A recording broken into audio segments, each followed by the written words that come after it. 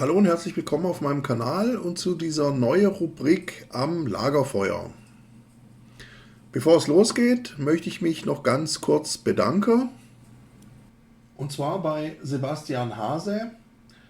Ganz herzlichen Dank für deine Kaffeespende. Da habe ich mich sehr drüber gefreut. Vielen herzlichen Dank dafür. Okay, jetzt was soll das Ganze? Ich hatte ja bereits erwähnt, dass ich von Zeit zu Zeit ein wenig plaudern möchte. Leider ist es hier ja dann nur ein Monolog, aber ich würde mich freuen, wenn du vielleicht unterm Video deine Meinung dazu schreiben würdest und man so ja, vielleicht eine Art Diskussion hinbekommen kann. Und außerdem sollte man auch nicht vergessen, es soll auch einfach nur zum Nachdenken anregen, vielleicht auch einfach nur, um mal auf andere Gedanken zu kommen. Warum Lagerfeuer? Naja, ich war am Überlegen, in welcher Form ich das am besten präsentieren kann oder wie ich das am besten machen kann.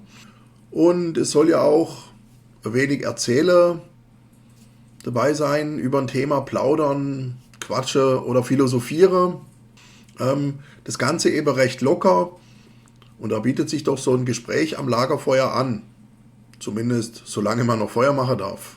Zwinker, zwinker. Ich weiß, das war jetzt böse, aber manchmal muss das so sein, manchmal bin ich eben so. Aber idealerweise sitzt man eben bequem um ein Feuer rum, hat was zu trinken dabei, eine Wurst am Stockgriller wäre nicht schlecht. Sorry, ich schweife ab. Okay, zurück zum Thema. Was für ein Thema eigentlich? Steht ja eigentlich schon in der Videobeschreibung. Es geht um Wasserzeichen und Logos. Bevor ich das vergesse, ich möchte erwähnen, das ist lediglich meine Meinung. Ich möchte niemanden in irgendeiner Form, in irgendeiner Art und Weise oder so angreifen. Es ist eben nur meine eigene Sicht auf die Dinge und das möchte ich gerne mitteilen. Bist du anderer Meinung? Dann ist es sehr gut. Lass mich das auch gerne wissen. Wenn noch nicht passiert, nimm dir was zu trinken, mach's dir bequem, lass uns einfach mal loslegen. Du kennst sicherlich die Bilder, die irgendwo mehr oder weniger groß ein Logo oder Wasserzeichen platziert haben.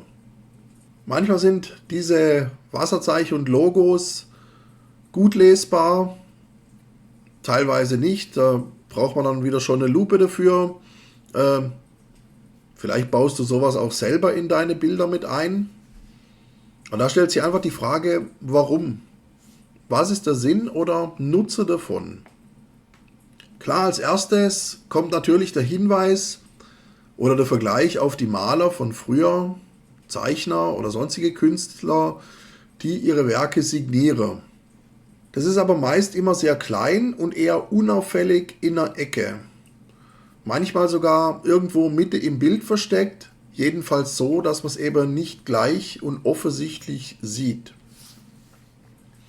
Ein anderer Grund, den ich dann auch immer wieder höre oder lese, es soll quasi ein Sicherheitsmerkmal darstellen. Den Zahn kann man aber relativ leicht ziehen. Man schneidet den Bereich von dem Bild einfach weg. Oder alternativ kann man den auch mit normalen Retuschemöglichkeiten einfach entfernen. Per KI ist es sogar noch einfacher. Was für Gründe gibt es denn sonst noch? Ja, ich weiß, derjenige, der das Bild gemacht hat, möchte wiedererkannt werden. Oder überhaupt erkannt werden. Sonst noch ein Grund? Weil das Logo vielleicht so toll ist? Naja, dann ist die Frage, warum ein Bildmacher, wenn das Logo ausreichend wäre. Also 4 Gründe, 2 davon habe ich ja schon eliminiert. Denn wenn das Bild gut ist, braucht es kein schönes Logo und als Sicherheitsaspekt taugt es nichts, weil man es kinderleicht entfernen kann. Dazu verweise ich auch nochmal auf ein älteres Video von mir. Da ging es um die unsichtbare Signatur mit Stack Height. Nach wie vor ist das gültig. Es gibt sogar kostenpflichtige Methode, Bilder digital zu schützen. Das Problem ist aber immer, dass auf Plattformen wie Facebook das nicht zu 100% funktioniert. Also ich habe das mehrmals getestet. Wenn man auch Bilder mit StakeHide signiert, lädt die bei Facebook hoch und kopiert sie nachher wieder runter, ist diese Signatur verschwunden. Also da passiert irgendwas im Hintergrund.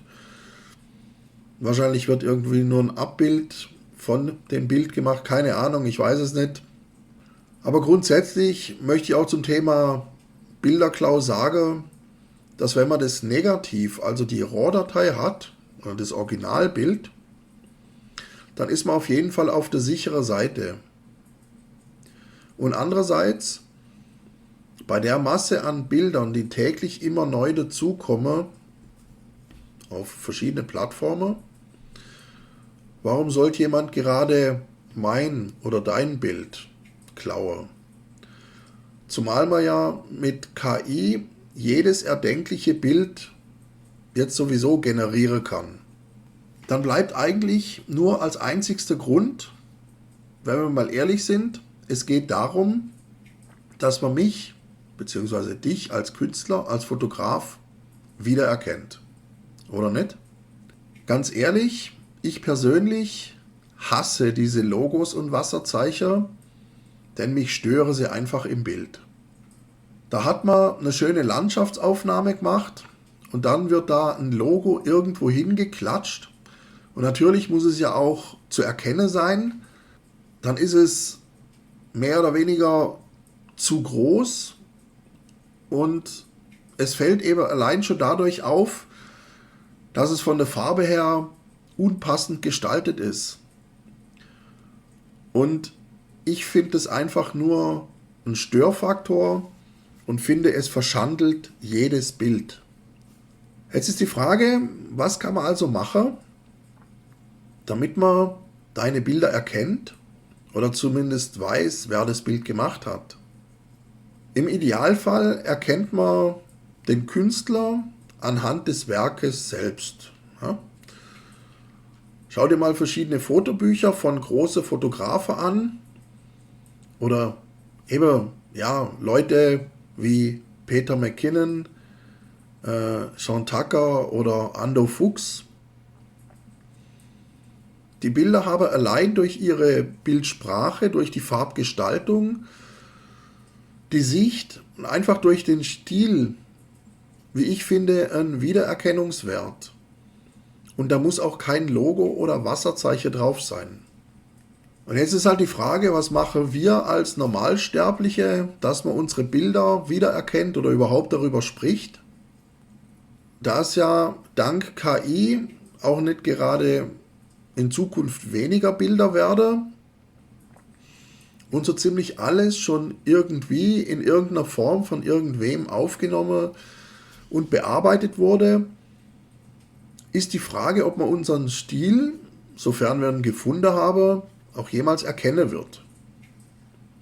Aber, und es ist der Punkt, den wir auf jeden Fall machen können, wir können unsere Bilder zeigen, also mal nicht nur auf Facebook, nicht nur auf Insta, 500 Pics und wie sie alle heißen, sondern in echt, real und zwar ausgedruckt. Druck doch deine Bilder aus, natürlich ohne Logo, ohne Wasserzeichen. Oder würdest du dir selber so ein Bild an deine Wand in deiner Wohnung hängen? Schließlich weißt du ja, wer das Bild gemacht hat. Also von daher druck dir solche Bilder aus, hängen sie bei dir an die Wand. Oder noch besser, verschenke sie einfach an Freunde, in der Familie oder an Bekannte. Auch die wissen, dass die Bilder von dir kommen oder dass das Bild von dir kommt. Und Bilder sind tolle Geschenke. Jetzt gerade auch im Hinblick auf Weihnachten, auf Geburtstage, auf Jahrestage, wie auch immer. Es sind tolle Geschenke und die bringen Freude, weil es eben auch was Selbstgemachtes ist. Und wenn bei jemand in der Wohnung ein tolles Bild hängt oder im Büro oder auch in der Werkstatt, wo auch immer, wird es auch von anderen, fremde Personen gesehen und dann spricht man da auch drüber.